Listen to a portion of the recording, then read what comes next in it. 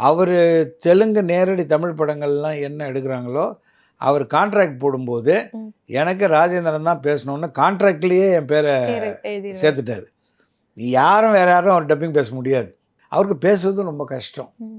அதனால அது அப்படியே பிராக்டிஸ் ஆச்சு. சென்னைக்கு எப்போ வந்தாலும் எனக்கு ஃபோன் பண்ணுவாரு.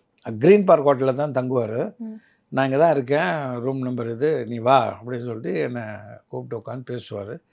ஃபர்ஸ்ட்டு டைம் கிரீன் பார்க் ஹோட்டலுக்கு போறேன். போனா உட்காந்துட்டு இருந்தாரு. பாட்டில்லாம் இருந்தது. ட்ரிங்க்ஸ் பாட்டில்லாம். "தகேசாரா?" அப்படின்னாரு. "ஒத்து சார். எனக்கு அந்த பழக்கம்லாம் இல்ல சார்." "ஏன்டி?" அப்படின்னாரு. ஆமாம் சார். எனக்கு குடிக்கிற பழக்கம், சிகரெட் பிடிக்கிற பழக்கம்லாம் கிடையாது சார். "என்னய்யா நீ சினிமா ஃபீல்டில் இருந்துக்கிட்டு இதெல்லாம் கிடையாதுன்ற நீ. வேஸ்ட் வேஸ்ட்" அப்படின்னாரு. நான் ஒன்றும் பேசல. கம்முன்னு உட்காண்ட்ருந்தேன். அப்புறம் அவரே பாராட்டினார். "உண்மையிலேயே பெரிய விஷயம்யா. இந்த சினிமா ஃபீல்டில் எல்லாமே சுலபமாக கிடைக்கும். ம்.